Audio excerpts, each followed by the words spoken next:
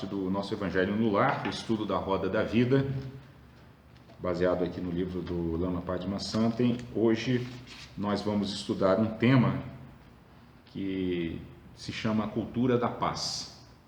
Aliás, bem a propósito, né? Bem a propósito. E no início do estudo desse tema, o Lama comenta uma expressão que eu acho que até foi criada por ele mesmo, né? Onde ele chama assim, um budismo livre de si mesmo, né? Quando ele diz assim, o budismo é liberdade. O grande caminho budista é como um rio que faz um longo trajeto e se dissolve no oceano da natureza última. Então, é muito interessante isso, porque nesse aspecto, o budismo ele converge com a doutrina espírita, porque são totalmente isentos de qualquer sectarismo, né? Ou seja, são doutrinas que existem não para ter adeptos, né? Mas para serem um caminho evolutivo, né? Então, é por isso que o tema aqui, a frase aqui diz isso, um budismo livre de si mesmo, né? Ou seja, a questão não é ser budista, da mesma forma que a questão não é ser espírita, né? A questão é que os seres, é oferecer aos seres um caminho efetivo de evolução espiritual, para aqueles que se conectarem, que tiverem conexão com isso. Porque a pessoa pode ter conexão com um outro caminho, né? Uma outra forma. Agora, o que ele chama a atenção? Todos vão levar a esse oceano, que ele chama aqui o oceano da natureza última, que poderia ser assim, da perfeição, ou seja, vamos todos desembarcar no mesmo ponto, ainda que estejamos caminhando por vias diferentes. Então isso acaba com todo e qualquer sectarismo, né? Com a possibilidade sequer de pensar, né, em sectarismo, né? Do tipo, fora do espiritismo não há salvação. Não é, a gente está estudando o capítulo 15 do Evangelho segundo o Espiritismo, que diz, fora da caridade não há salvação. Mas a caridade pode ser praticada em diversas estruturas religiosas ou filosóficas diferentes, né? E aí ele segue dizendo assim, nesse oceano não há sofrimento, nem extinção do sofrimento, não há causas do sofrimento, não há caminho para a extinção do sofrimento, não há realização nem não realização, não há sabedoria nem não sabedoria, há apenas essa natureza ilimitada, o oceano que sempre esteve presente. Ou seja, vocês entendem? Quer dizer, a ideia aqui é assim, nós sempre estivemos mergulhados nesse oceano, e quando a gente chega lá no final, né, esse oceano a gente pode reproduzir como a onipresença divina, né? A onipresença divina ela não surge quando nós atingimos a iluminação, a perfeição. O que surge é a nossa capacidade de ver, né? Fala, poxa, eu sempre tive aqui, ó, mesmo, né, quando o sujeito para o jipe na minha porta, Deus estava ali, né, me chamando a atenção para alguma coisa que eu precisava melhorar em mim, por exemplo, né, para dizer. Só que a gente, quando chega lá no final, é que a gente percebe isso, né? Que nós sempre tivemos nesse lugar, vamos dizer assim, maravilhoso, né, nesse universo divino. Só que a nossa mente obscurecida, né, por emoções perturbadoras não conseguia ver, né? E é daí que vai decorrer então o tema da cultura de paz, né, da convivência pacífica, porque afinal, se fazemos todos parte de um mesmo oceano, por que vamos estar brigando uns com os outros? Né? Se estamos todos mergulhados numa mesma, né, essência divina, vamos dizer assim, por que vamos brigar uns com os outros? E aí o Lama diz assim, dentro do budismo, a responsabilidade universal e a cultura de paz surgem como meios hábeis extraordinários para o benefício de todos os seres, a começar por nós mesmos. Para nós, budistas, ele está falando aqui, né, no caso, a melhor forma de relacionamento com todos os seres é a prática da bondade, do amor e da compaixão. Olha a conexão com a nossa mensagem de hoje, né? É a prática, é isso que é a cultura de paz, é eu entender que as melhores respostas que eu posso dar a qualquer evento que aconteça na minha vida é uma resposta bondosa, amorosa e compassiva. Então esse é um bom critério para a gente avaliar a qualidade da nossa interação com o mundo, né? Então na hora que o sujeito fez qualquer coisa lá, eu fui compassivo, né? Ou seja, eu desejei que o sofrimento diminuísse. E aí a gente vai ver pela nossa mensagem de hoje que fica aquela má vontadezinha lá dentro da gente, dizendo assim, então o cara, sei lá, parou o jipe na minha porta, alguém bate no jipe dele, surge uma alegriazinha assim, né? Bem feito, né? Bem que mereceu, né? Por que bota lá o jipe na porta da minha casa? Está pagando agora. Agora ele está pagando o que fez. Então isso mostra como a gente ainda está permeado em nosso interior por muitas impurezas, né? Que obstruem a nossa caminhada espiritual. E aí ele vai dizer, olha só, cuidar dos outros é a única forma de garantir o nosso próprio bem-estar, pois todos estamos interligados, dependemos uns dos outros, né? E o Dalai Lama, ele é bastante radical nisso, porque ele tem, num texto muito bonito dele, os 8 versos que transformam a mente, ele tem um verso que ele diz assim: os nossos melhores mestres são aqueles que mais nos incomodam. Né? Então, se a gente conseguir internalizar isso, essas reações assim agressivas com relação àqueles que eventualmente nos fazem mal, elas vão ser transformadas em agradecimento. Porque se os nossos mestres são aqueles que mais nos incomodam, se a gente realmente entende isso com profundidade, nós vamos agradecer, né? Poxa, muito obrigado por você estar me desafiando, né? Só que nós estamos muito distantes disso, né? E ele diz assim: todos os seres buscam a felicidade e tentam evitar o sofrimento. Então, mesmo os seres que aparentemente estão fazendo mal, eles estão fazendo a mesma coisa que nós, não tem ninguém diferente disso. E isso, o budismo é interessante, ele aplica não só aos seres humanos, mas a todos os seres. Então, aquela formiguinha que às vezes a gente fica indignado com ela, que ela foi lá no nosso açucareiro e foi buscar açúcar no nosso açucareiro, ela também está fazendo a mesma coisa. Para ela, aquilo é a felicidade. Né? E muitas vezes ela encontra sofrimento, porque a gente pega e esmaga. Né? E eu vi uma frase uma vez de um praticante budista, também é muito bonita, quando ele disse assim: poxa, uma vez entrou uma aranha lá na minha casa e eu consegui pensar assim: o que eu gostaria que fizessem comigo se eu tivesse no lugar errado na hora errada? Aí ele pegou a aranha e botou lá para fora e não matou. Porque ele disse assim: ela não veio aqui para me morder, não veio aqui para ela, tá no lugar errado na hora errada, numa posição muito mais frágil que a minha, porque eu posso pegar meu pé e puff, e esmagar. E ele foi lá, botou ela para fora, né? Então, assim, isso são exercícios espirituais, porque eu estou exercitando ser bondoso com os seres, independente de quais sejam eles. Não estou dizendo aqui que a gente não tem que matar escorpiões nem nada, porque às vezes, por questão até de saúde pública, né, e de questão, a gente tem que ter lucidez, né? Mas apenas exemplificando, né, modos de reação dentro dessa cultura de paz, né, de viver em paz com todo o ambiente que nos cerca, né? Ainda que eu tenha que eventualmente, porque, por exemplo, eu me lembro uma vez que eu fui com a Bela para sacrificar um cachorro de vocês que estava com leishmaniose, né? Mas é triste, assim, eu vi o cachorrinho dormindo, Flipper, né? É o Flipper, né? É muito triste. Mas o que a gente pode fazer? Né? Então a gente nessas horas tem que ter lucidez, né? Mas nós não estamos com raiva do cachorro, esse é o ponto.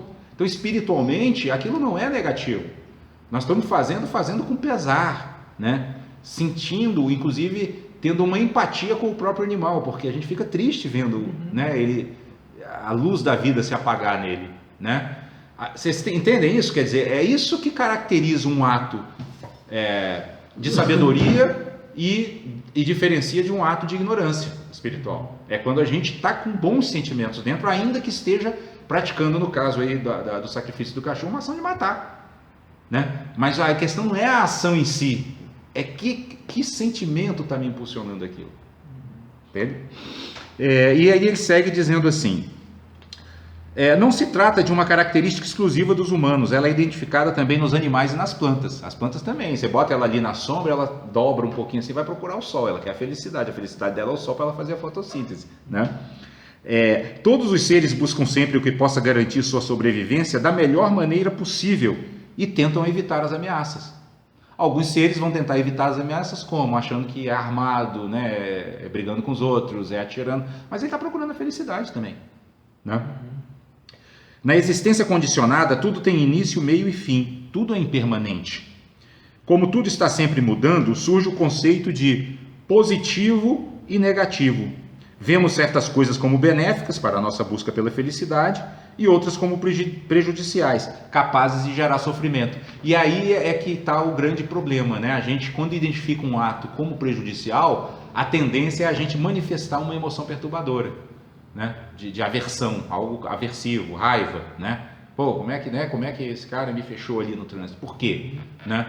Porque a gente está preso a essa questão, ó, isso é benéfico, isso não é benéfico. Quando a gente consegue cultivar a compaixão dentro de nós, o que a gente vai entender? Poxa, ele fez um ato negativo, mas ele está na mesma busca que eu. Ele está querendo ser feliz, e talvez seja o que está acontecendo com ele, né? Por que ele está fazendo isso, mas ele está fazendo a mesma coisa que eu. O que acontece com a nossa mente? Ela já vai reagir de uma outra forma. É como se a nossa mente fosse um cavalo que está querendo disparar para um lado e eu puxo a rédea e falo: não, peraí, vamos aqui, ó, acalma, se acalma aí, vamos nos manter no equilíbrio que nós estávamos antes de acontecer isso. Entende? E muitas vezes o que era positivo torna-se negativo depois de um tempo e vice-versa. Ainda tem isso, né? A gente já citou várias vezes aqui o exemplo de pessoas que passam por grandes tragédias na sua vida. Num primeiro momento aquilo é negativo, depois ela passa por uma transformação que amplia a sua visão, né? Que a leva a cultivar a sua espiritualidade, e ela passa a considerar aquilo positivo. Aquele acontecimento que era super negativo passa a ser positivo. Do ponto de vista convencional, o budismo aceita a noção de positivo e negativo. Então isso é muito importante. Não significa que a pessoa chega ali, dá um tiro no outro e você vai dizer, ah, não, olha, ele é muito bom. Não é isso, né? Ele fez a coisa certa, né? Ele tinha mesmo que matar, né? Bem feito pro outro ali, que fez um mal para ele, fechou ele no trânsito, ele foi lá e matou. Não é isso que ele está dizendo. Ele está dizendo assim, a gente olhar para essa pessoa que praticou a negatividade e assim, dizer que ele possa compreender que a violência não vai conduzi-lo onde ele está querendo chegar, que é a felicidade. Muito pelo contrário. Está criando karma negativo e sofrimento para essa vida e para vidas futuras. Que ele possa encontrar o seu caminho. Vocês entendem isso? Quer dizer, nós não estamos chancelando o ato negativo, mas estamos tendo uma reação compassiva diante do ato negativo. Né? A compaixão ela é ativa. Então a gente reconhece que existe o positivo e o negativo. Não é que a gente vai, não existe. Não, existe, ele está aí, estou vendo, o cara está matando, o cara está estrupando, o cara está assaltando. Mas eu não desejo o mal a ele por causa disso. Muito pelo contrário. Né? Eu reconheço como um companheiro de jornada que está mais confuso do que eu. E aí ele continua dizendo o seguinte: mas do ponto de vista absoluto, existe a compreensão de que nossa natureza não pode ser afetada pelas circunstâncias que afetam nossas identidades e nosso corpo. Portanto, do ponto de vista da nossa natureza última, não há nada que nos derrube, que nos afete ou que nos destrua. O que ele chama de natureza última é aquilo que Kardec, quando diz que nós somos constituídos de espírito, perispírito e corpo, chama de espírito. Então, esse espírito, essa essência espiritual, em todo momento ela continua sendo ela mesma. O que ela é? Ela é luz. Né? Einstein dizia que o universo é lucigênito, nasce da luz. Né? Então, essa luz interna, profunda, ela está sempre presente e sempre luminosa. Né? O que é atingido são as nossas identidades. Né? Então eu, por exemplo, Benício, Benedito, Emmanuel, né? Alguém, por exemplo, bate no meu carro, opa, ó a identidade já presente, meu carro. Né? Então quem é afetado é essa identidade. E qual é o nosso treinamento espiritual? É não deixar que os parâmetros através dos quais eu meço as minhas ações e a dos outros sejam medidos pelo parâmetro dessa identidade, porque ela vai sempre medir da seguinte forma: o que me beneficia é bom, o que me prejudica é ruim. Então o sujeito bateu no meu carro, eu tenho todo o direito de ficar com raiva. Não, do ponto de vista da identidade, ok, mas o que nós estamos procurando? É nos libertar dessa prisão, né? Dessa visão estreita. Nós vamos continuar manifestando essa identidade, mas nós queremos o quê? Purificar nossos sentimentos. Essa identidade é um instrumento para que a gente evolua espiritualmente. Ela não veio ao mundo para satisfazer seus desejos, né? Os desejos do Benício, os desejos do Benedito, os desejos do Emmanuel. Não. Nós viemos para que essa identidade seja um instrumento de progresso para o nosso espírito. É compreensível isso, pessoal? A gente muda a visão.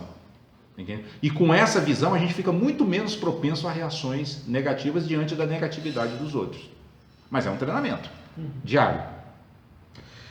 Então, ele continua dizendo: também não consideramos que as pessoas possam ser divididas entre boas e más.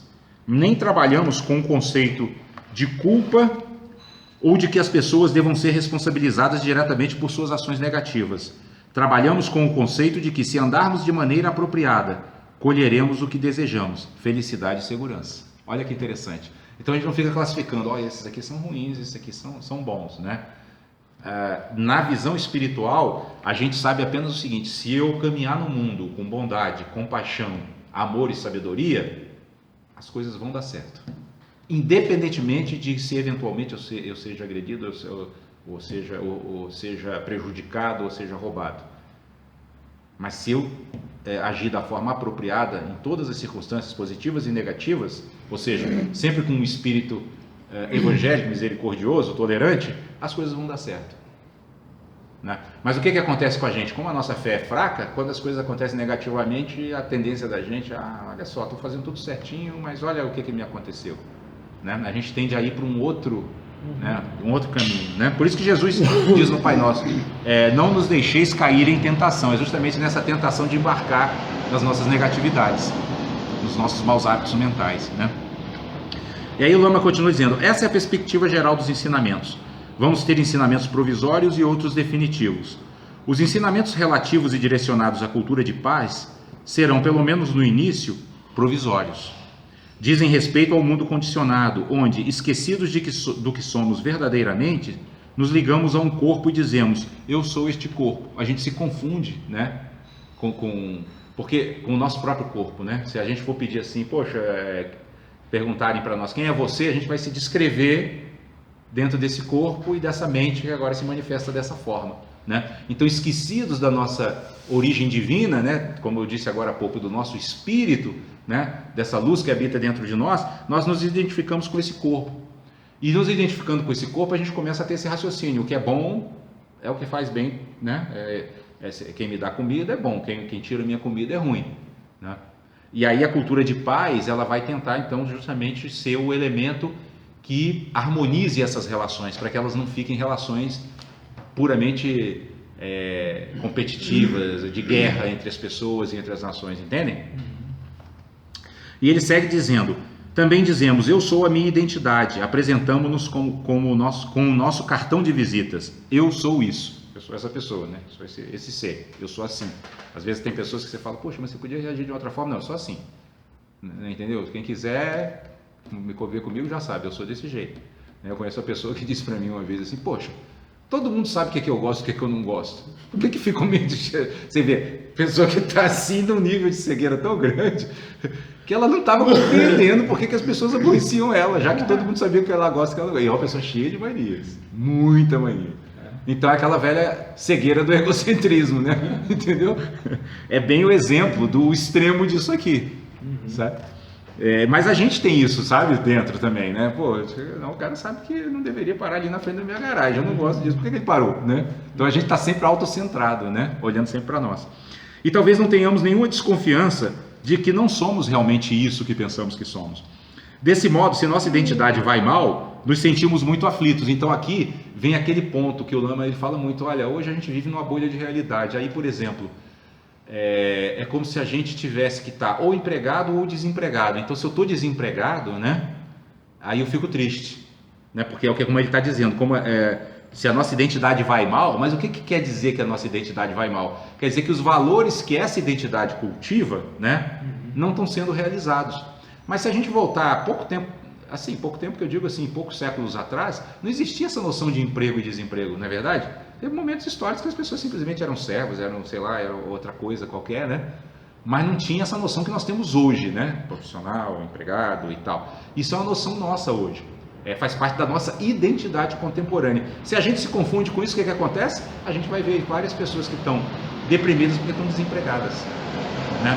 E eu conheço muitas pessoas lá do SEB que não estão empregados, mas por opção. Eles estão nesse trabalho espiritual, né? E as pessoas contribuem quando eles dão palestras e tal, e eles confiam que isso funciona e funciona, está funcionando bem para eles, né? A questão de que o que vai valer é o mérito. Olha que desprendimento, né? A pessoa não está preocupada assim, né? Vou me aposentar, vou ter uma aposentadoria, vou ter um salário. Não, ele confia que se ele tiver méritos, a vida dele vai caminhar bem, inclusive financeiramente. Por quê? Porque também vive com simplicidade, né? Não está preocupado assim em ter isso, ter aquilo outro. E aí segue o Lama dizendo, se nosso corpo está mal, nos sentimos muito aflitos e nos guiamos por essas aflições. Acreditamos que se seguirmos o que parece favorável e escaparmos do que parece desfavorável, atingiremos a felicidade. Vocês devem ter percebido que dentro dessa perspectiva, ninguém obteve sucesso até hoje. Certas pessoas podem ter obtido muitos resultados, mas nunca o pleno sucesso. Porque dentro dessa perspectiva, como ele está falando aqui, né, muitas vezes você fala, bom, o que é favorável? Eu comprar aquela casa ali, maravilhosa e tal. Pronto, comprei, agora eu vou ser feliz, né? E muitas vezes a gente vai perceber que aquilo não vai trazer uma felicidade plena para nós. A gente vai continuar tendo problemas, porque a felicidade não vem disso, né? Embora não queira dizer que a pessoa não vai querer ter uma casa para morar, não é isso, né? Mas é entender que a nossa felicidade não vai vir da satisfação dos sonhos e dos desejos da nossa identidade, mas sim da purificação do nosso coração. Com o coração puro, ainda que eu não tenha tudo aquilo que eu desejaria ter, mesmo assim eu vou estar feliz, né? E ele conclui esse tema dizendo, Isso porque giramos dentro do que chamamos de experiência cíclica, sem solução. Então é um círculo vicioso, né? Eu obtenho o que eu tenho, aí já está faltando alguma outra coisa, aí eu já preciso de mais outra coisa. Eu vou girando nesse círculo, né? Agora eu já preciso de uma casa maior, agora eu já preciso de um carro melhor, né? Agora eu já preciso disso, daquilo, e com isso nós estamos caminhando na vida e esquecendo a sua verdadeira finalidade. Buscamos a felicidade em coisas impermanentes que inevitavelmente chegam ao fim. E quando isso acontece, vem o sofrimento. Inclusive, uma das coisas que chega ao fim é a nossa identidade, que a gente tanto preza, né? Então, embora o nosso contínuo mental vá seguir para outras vidas, né? Essa identidade Benício aqui não vai... Acabou. Ela não vai ter outro Benício, entendeu? Vai ter um contínuo mental que vai herdar todo o seu karma, positivo e negativo. Mas a identidade que a gente tanto cuida também vai ter fim. Então, querer achar que a nossa felicidade vai estar na satisfação dos desejos dessa identidade é colocar a nossa felicidade numa coisa que também é impermanente. Por isso que existe esse temor da morte. Terrível, que todo mundo teme a morte, né? E ele termina dizendo: o budismo ensina que não adianta procurar a felicidade permanente no samsara, na existência condicionada. Precisamos ir além, procurar em outro lugar, ou seja, dentro de nós mesmos, que é o que dizia a nossa mensagem de hoje, não é isso? Para vencer o mal. Como é que Emmanuel nos disse que vence o mal? Justamente purificando o nosso interior, né? Não reagindo na mesma moeda, né? Então é aquilo que Jesus disse, né? Alguém te bateu na face direita, oferece também a esquerda. Mas a gente já falou várias vezes, não significa, olha, bateu aqui, agora bate aqui de novo. Não. Alguém veio com a face da ignorância, eu respondo com a face da sabedoria. Alguém veio com a face do ódio, eu respondo com a face do amor.